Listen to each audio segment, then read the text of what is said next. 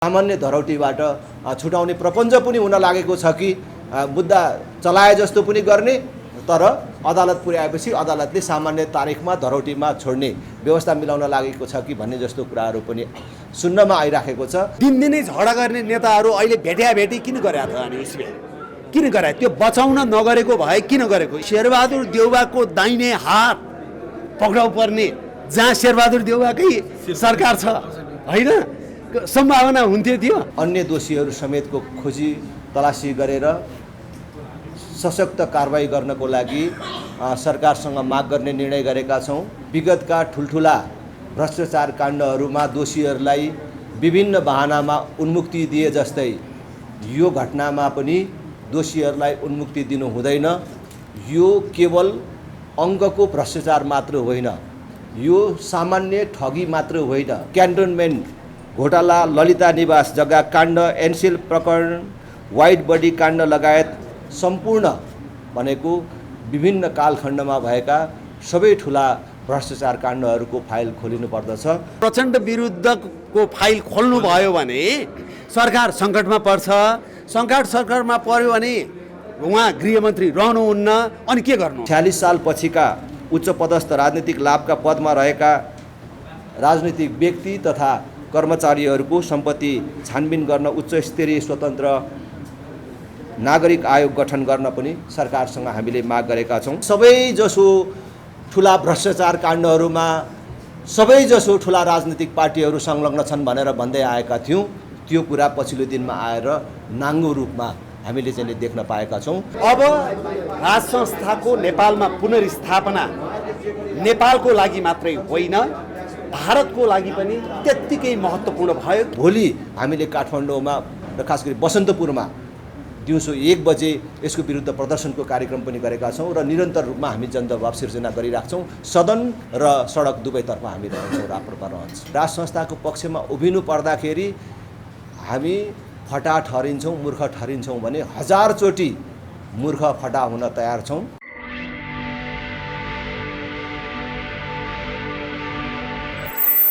कार्य समितिको बैठक 1, 2 र आज 3 गते 3 दिनसम्म विभिन्न विषयहरूमा छलफल गरेर भर्खरै सम्पन्न गरेर आएका छौँ र त्यो बैठकले गरेका निर्णयका केही हाइलाइट्सहरू तपाईँहरूलाई जानकारी गराउन यहाँ आमन्त्रण गरिएको छ र फेरि पनि म तपाईँहरू सबैलाई हार्दिक स्वागत गर्न चाहन्छु। र हाम्रो बैठकले हामीले प्रस्तुत गरेको राजनीतिक कार्यपत्र र विभिन्न प्रतिवेदनहरू उप छलफल गरिकन केही परिमार्जनसहित पारित गरेका छौँ।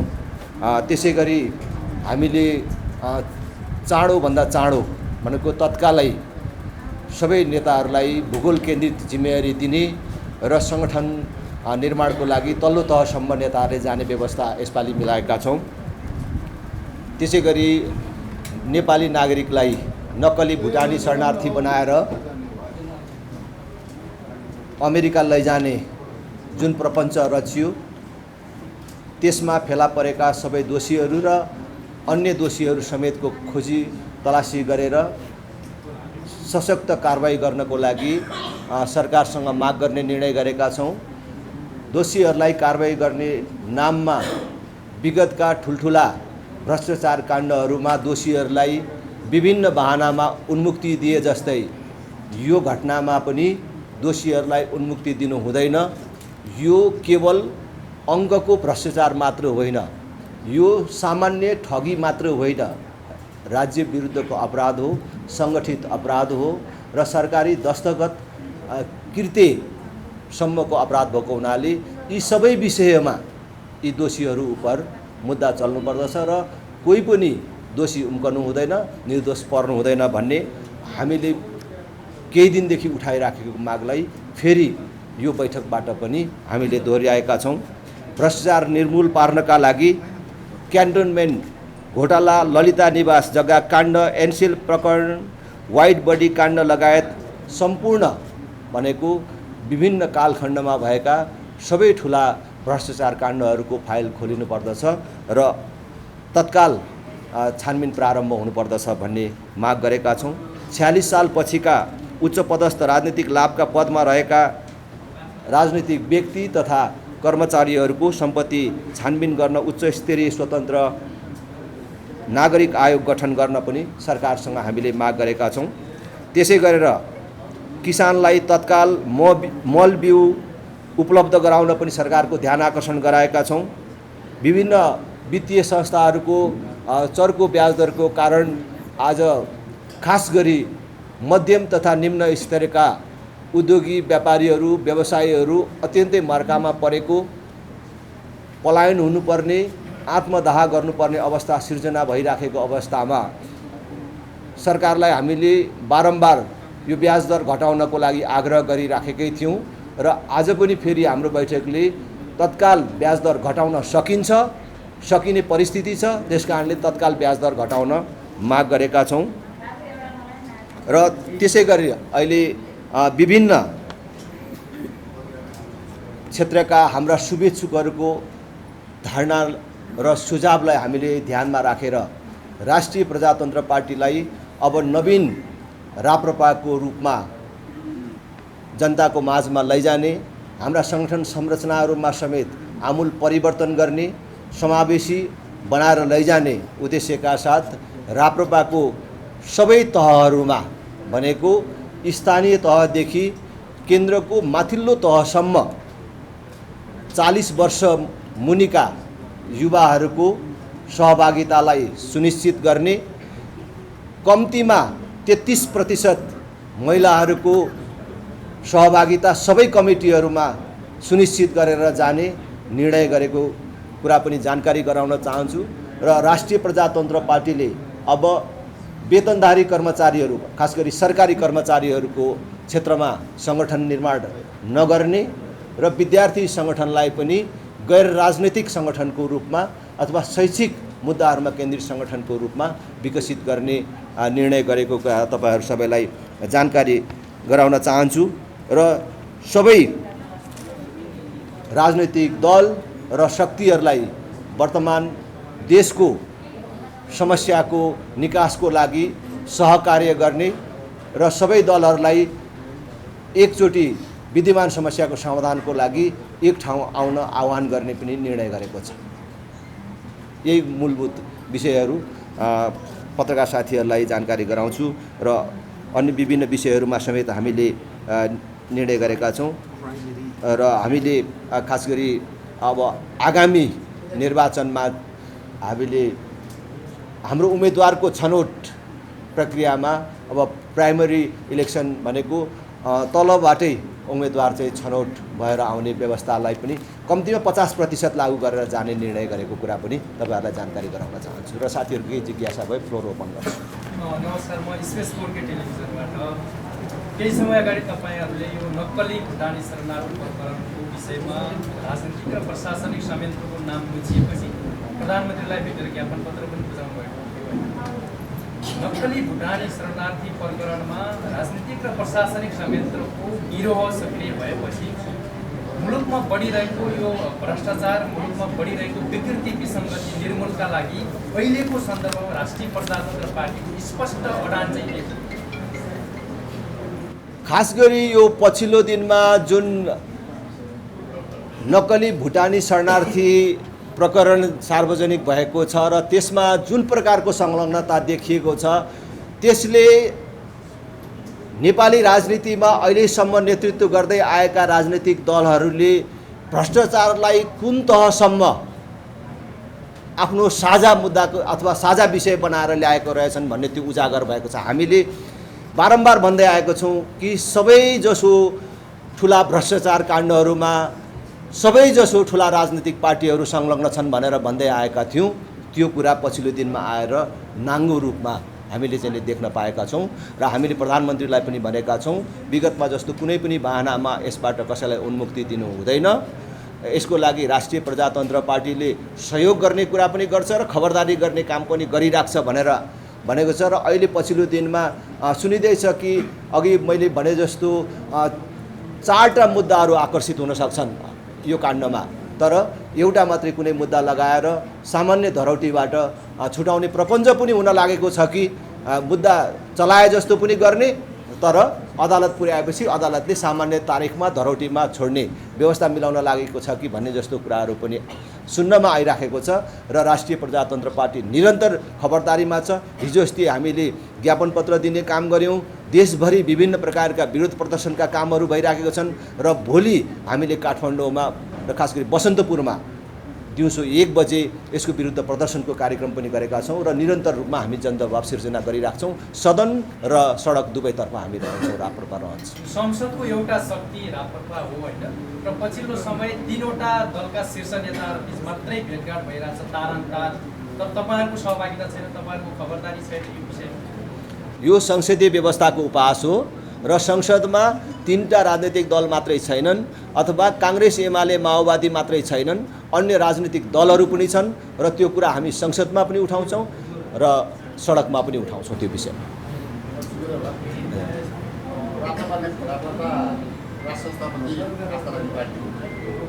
पछिल्लो दिनमा चाहिँ राष्ट्र संस्थाका पूर्व राष्ट्र संस्थाका सदस्यहरू राजा मान्यहरू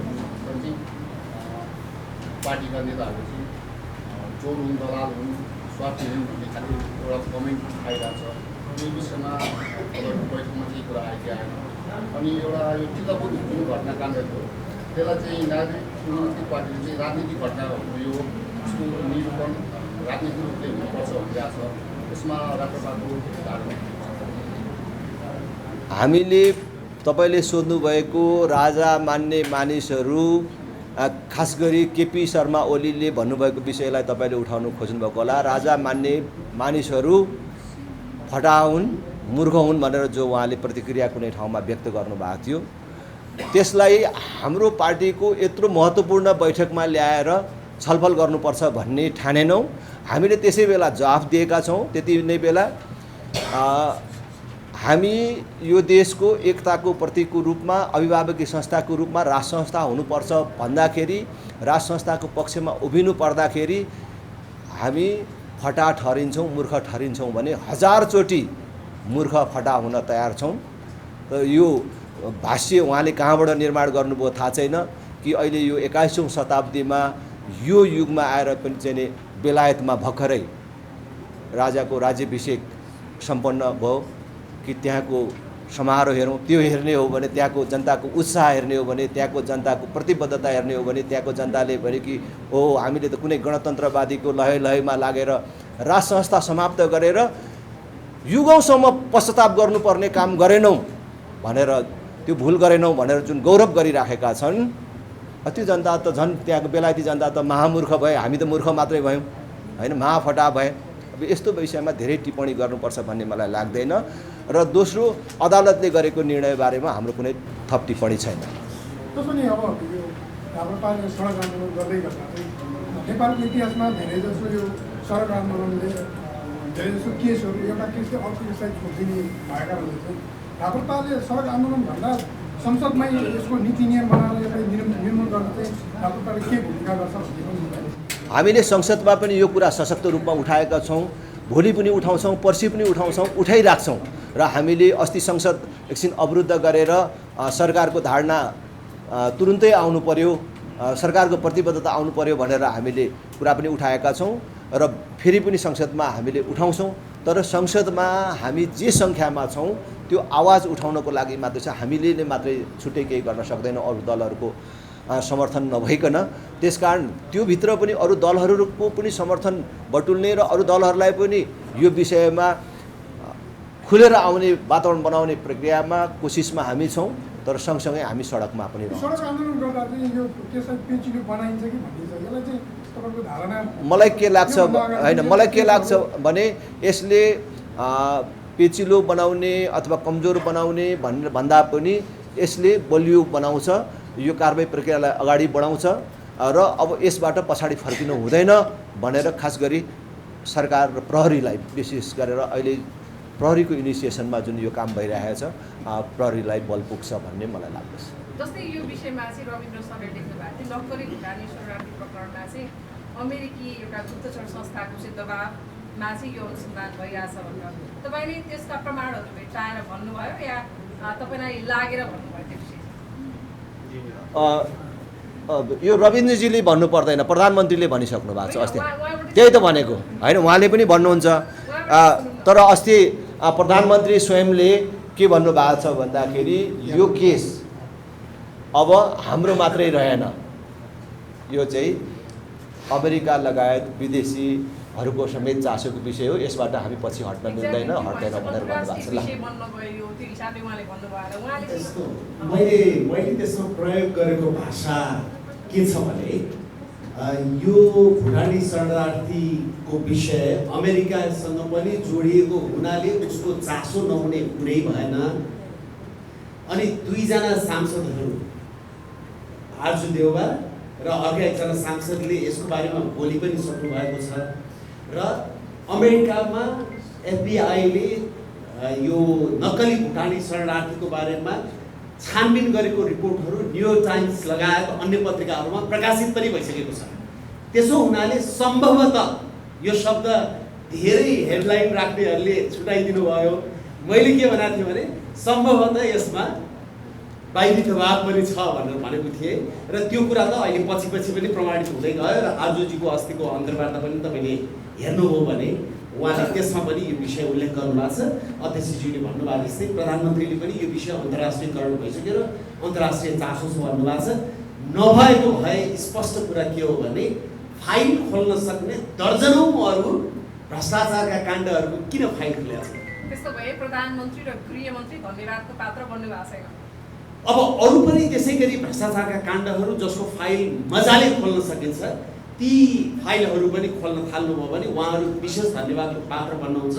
अहिलेकै स्थितिमा चाहिँ शङ्काको सुविधासम्म दिन सक्छ। जस्तै यो प्रकरण आइरहँदाखेरि चाहिँ जस्तै तपाईँलाई सरकारले नै यो फाइल खोल्यो भन्ने लाग्छ कि दबाबमा नै खोलिएको हो? यो चाहिँ प्रहरी प्रशासनले र अन्य भुटानी शरणार्थीलाई नेपाल भित्राइयो त्यसपछि व्यवस्थापन गर्ने संस्थाले चाहिँ यसमा चाहिँ इनिसिएसन लिएको जस्तो लाग्छ तपाईँलाई? होइन, मैले त तपाईँको यो त अलिकति दबाबमै भएको हो भन्ने कुराको त दुईवटा कुरा भनिहालेँ नि। दबाब नभइदिए नै यही एउटा काण्डको फाइल यसरी खोल्नुपर्ने आवश्यकता थिएन, किनभने अरू यति धेरै काण्डहरू छन्। अब त्यो त नाम लिँदै गयो भने अहिले यहाँ 1 दर्जन काण्डको नाम लिन सकिन्छ होइन। त्यस हुनाले यो दबाबमा भएको हो र यदि साँच्चीकै भ्रष्टाचार विरुद्ध उहाँहरू प्रस्तुत हुने हो भनेदेखि उहाँहरूले अन्य काण्डको फाइल पनि यसै गरी खोल्न थाल्नुभयो भने उहाँहरूलाई धन्यवाद भन्नुपर्छ। तर रमाइलो कुरा के हो भने कैयौँ भ्रष्टाचारका आरोप लागेकाहरूले अन्य भ्रष्टाचारको आरोप लागेकाहरूलाई धमाधम पक्रिराखेका छन्। त्यो चाहिँ रमाइलो पक्ष। यतापट्टि प्रधानमन्त्रीलाई भारत नबोलाइँदै गर्दा राजालाई चाहिँ तपाईँको योगी आदित्यनाथले ससम्मान भेटेर राजा चाहिँ त्यहाँ लखनऊमा बस्दाखेरि उच्च स्तरको सुरक्षा दिएर र राजालाई अयोध्या भ्रमणमा लगेर, त्यो अयोध्या भ्रमणमा लग्नुको पनि ठुलो अर्थ छ, लगेर सम्मान दिइराखेको अवस्था हो। र व्यक्तिगत रूपमा मैले भन्दै आएको कुरा चाहिँ के हो भने अब राज संस्थाको नेपालमा पुनर्स्थापना नेपालको लागि मात्रै होइन भारतको लागि पनि त्यत्तिकै महत्त्वपूर्ण भयो। किनभने भारत अब संसारकै सर्वशक्तिमान शक्तिको रूपमा उदय हुँदैछ, आर्थिक रूपमा उदय हुँदैछ, सैनिक रूपमा उदय हुँदैछ, भौगोलिक रूपमा संसारकै 6औं 7औं देश हो, जनसाङ्ख्यिक रूपमा संसारको 1 नम्बरको सबभन्दा ठुलो जनसङ्ख्या छ। नेपालसँग 1700-1800 किलोमिटर खुला सिमाना छ। नेपालसँगको व्यापारमा तपाईँको 1000 अरबको व्यापार भयो भने 900 अरबको हामी भारतबाट आयात गर्छौँ, 100 अरब मात्रै हामी निर्यात गर्छौँ। त्यसपछि चीनको जुन उदय भइराखेको छ त्यसले गर्दाखेरि नेपाल अन्तर्राष्ट्रिय भूराजनीतिकै केन्द्र बनिराखेको छ र चीनको दबाब बढ्दै जानु र पश्चिमा दबाब बढ्दै जानु स्वाभाविक रूपमा भारतको लागि त्यो उपयुक्त होइन र भारतले यी सबै कुरा मनन गरेको छ भन्ने मलाई लाग्छ। त्यसको साथमा नेपालमा जसरी धर्मान्तरण तीव्र रूपमा बढेर गइराखेको छ त्यो 1 अरब जनसङ्ख्या हिन्दूहरू भएको देशको लागि पनि राम्रो होइन र नेपालमा जसरी जातीय संवेदनशीलता बढेर गइराखेको छ त्यो पनि भारतको लागि राम्रो होइन। त्यसकारणले यो विविध पक्षलाई मनन गरेर भारत पनि मलाई लाग्छ अब यो आफ्नो हितको लागि र यो सम्पूर्ण क्षेत्रको हितको लागि उनीहरू पनि पुनर्विचार गरिराखेको छन् भन्ने मेरो बुझाइ हो। अन्तिममा एउटा प्रश्न, भारतका प्रधानमन्त्रीका मोदीका भाइ अहिले यतिखेर नेपाल आएर उच्च स्तरीय भ्रमण गर्नुभएको छ। यो भेटघाटलाई कसरी लिनु भन्छ? उहाँले उच्च स्तरीय भेटघाट गरिरहँदाखेरि प्रचण्डलाई भने उहाँले भेट्नु भएको छैन। यो भ्रमणलाई कसरी लिने? सबैभन्दा पहिला एउटा गलत रिपोर्टलाई सच्याउँ। रिपोर्टमा के भनियो भने राप्रपाका अध्यक्ष राजेन्द्र लिङ्गदेन पनि उहाँ बसेको होटेलमै गएर उहाँलाई भेट्नुभयो भनेर भनियो, जुन पूर्ण रूपमा झुट हो। हाम्रा अध्यक्ष राजेन्द्र लिङ्गदेनले उहाँलाई भेट्नु भएको छैन।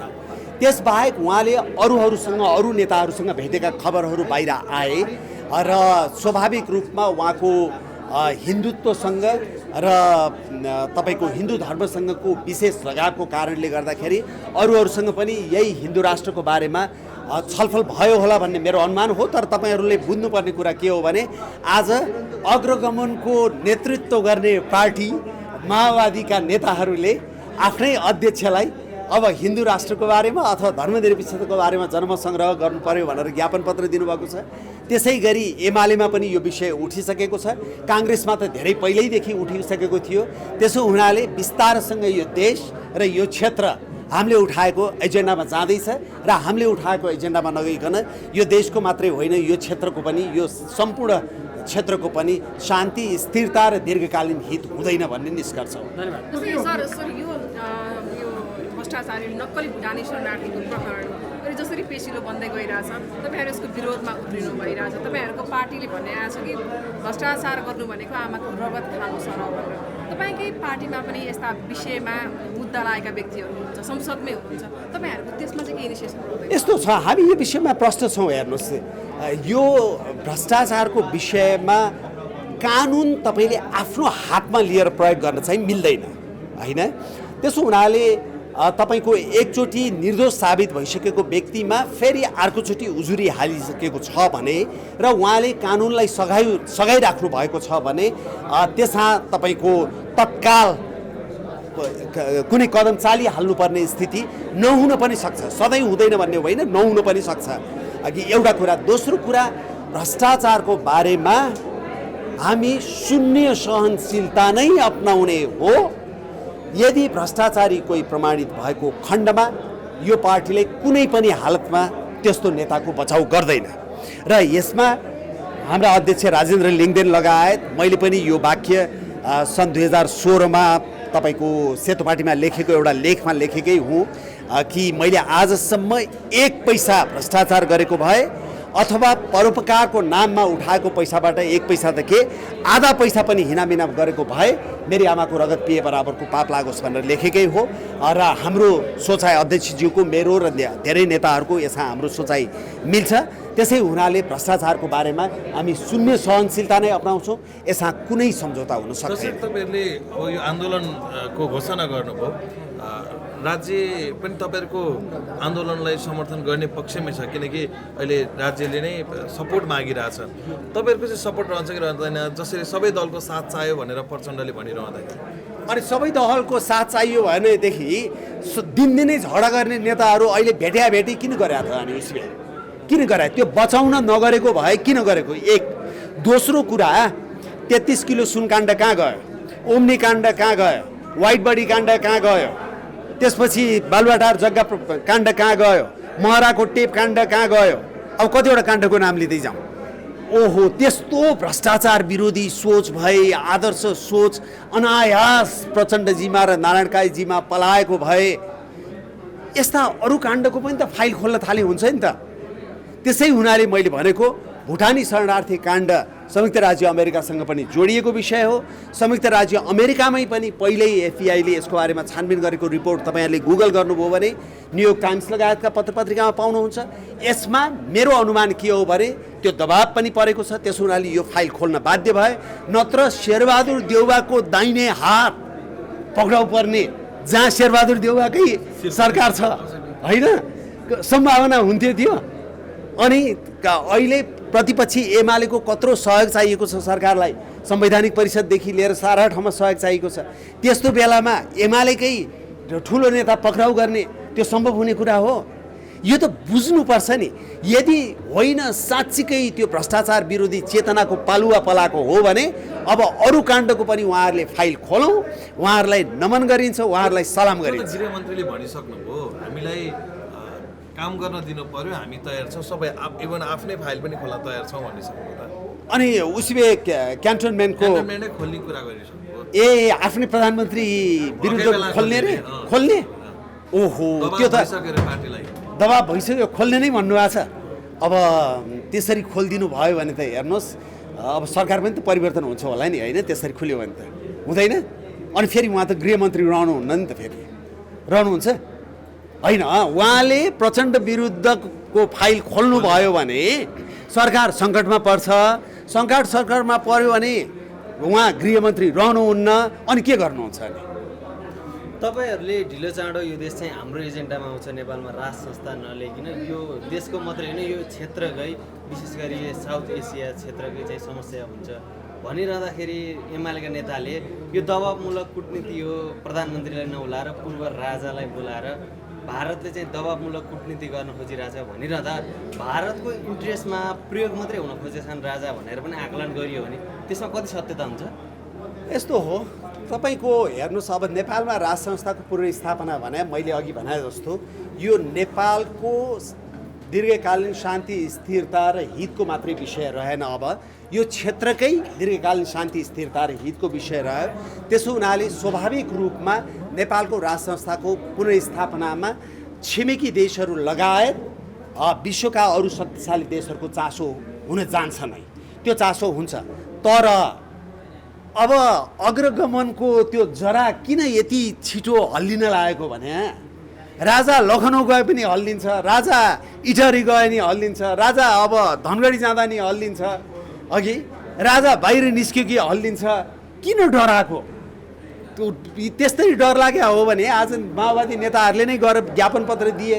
एकचोटि पार्टीको व्हिप नलाइकन, फेरि जनमत सङ्ग्रह भनेको पार्टीको व्हिप नलाइकन गर्ने विषय हो। पार्टीको व्हिप जेमा लगाएर गरिन्छ त्यो त आवधिक निर्वाचन हुन्छ। जनमत सङ्ग्रह गर्दाखेरि चाहिँ पार्टीकै प्रमुख नेताहरू पनि एउटा र अर्को पक्षमा भोट हाल्न सक्छन्। यदि पार्टीको व्हिप त्यो उहाँहरूलाई त्यस्तो डरै छैन भने पार्टीको व्हिप नलाइकन जनमत सङ्ग्रह गर्नुहोस् न त, भइहाल्यो नि, है कि? त्यस कारणले गर्दाखेरि उहाँहरू तर्सेको हो। र जहाँसम्म भारतको चासोको विषय छ, भारतको लगायत अरू देशहरूको राज संस्थाको पुनर्स्थापना हुने विषयमा सधैँ चासो रहन्छ। कसरी पत्याउने त? फेरि हिजो भारतले फालेको राज संस्था आज फेरि भारतले फिर्ता बोलाउँछ। त्यसैमा मैले जोडिहालेँ। जस्तो यहाँले भन्नुभयो अब धेरै जसोको सङ्ख्या पनि के छ भने भारतले ल्याइदिए राजा ल्याउने, नभए नल्याउने भन्ने खालको छ। यदि राजा चाहिन्थ्यो भने त नेपाली जनता सडकमा आएर राजा ल्याउँथ्यो होला नि त। भारतको चासो भएपछि राजा आउने, नभए नआउने हो र? यस्तो छ तपाईँको जस्तो 62-63मा पनि विदेशीहरूको भूमिका नभएको होइन, होइन? कमजोर देश र भूराजनीतिक रूपमा संवेदनशील देशमा जहिले पनि विदेशीहरूको भूमिका हुन्छ। तर त्यो भूमिकालाई कति न्यूनीकरण गर्ने र कति कूटनीतिक ढङ्गबाट ह्यान्डल गर्ने भन्ने कुरा चाहिँ हाम्रो कुरा हो। त्यसो हुनाले तपाईँले अर्को देशलाई गाली गरेर उम्किन पाइँदैन। हामी पनि भारत चीन जस्तो शक्तिशाली भइदिए भए हाम्रो राष्ट्रिय स्वार्थको लागि केही न केही म्यानिपुलेसनहरू छिमेकमा गर्न खोज्थ्यौँ होला। त्यसो हुनाले यो अरूलाई दोष दिने विषय होइन, आफ्नो सम्मान आफू कायम गर्ने विषय हो। तर सँगसँगै विशाल तपाईँको छिमेकीहरू भएको ठाउँमा तपाईँले विशाल चट्टानमा गएर टाउको जोड्नु भयो भने आफ्नै टाउको फुट्छ, चट्टान फुट्दैन। यहाँ बसेर हामी सुरुङ युद्ध गर्छु भनेर भाषण दिएर काम छैन। के अब छिमेकीलाई पनि सम्मान गर्दै आफ्नो पनि सम्मान कायम राख्दै डिल गर्नुपर्छ। त्यसो हुनाले राज संस्था ल्याउने त्यति बेला पनि भन्नुहोस् न 62-63 सालमा गिरिजाप्रसाद कोइराला प्रचण्डको राष्ट्रपति, तपाईँका दाइ चाहिँ देशको प्रथम जननिर्वाचित प्रधानमन्त्री, तपाईँ चाहिँ पहिलो राष्ट्रपति भनेर त्यो खुवाउन खोजेको ललिपपप्रति गिरिजाप्रसाद कोइराला आकृष्ट नभइदिए भए गणतन्त्र आउँथ्यो र? विदेशीले दबाब दिँदैमा आउँदैन थियो नि। त्यो त अन्ततो गत्वा फसेको त हाम्रै नेताहरू हुन् नि। त्यसो हुनाले फेरि पनि विदेशीहरूको चासो रहन्छ, चिन्ता रहन्छ। तर राज संस्था ल्याउने भनेको नेपालीहरूले नै हो। हस्, धेरै धेरै धन्यवाद।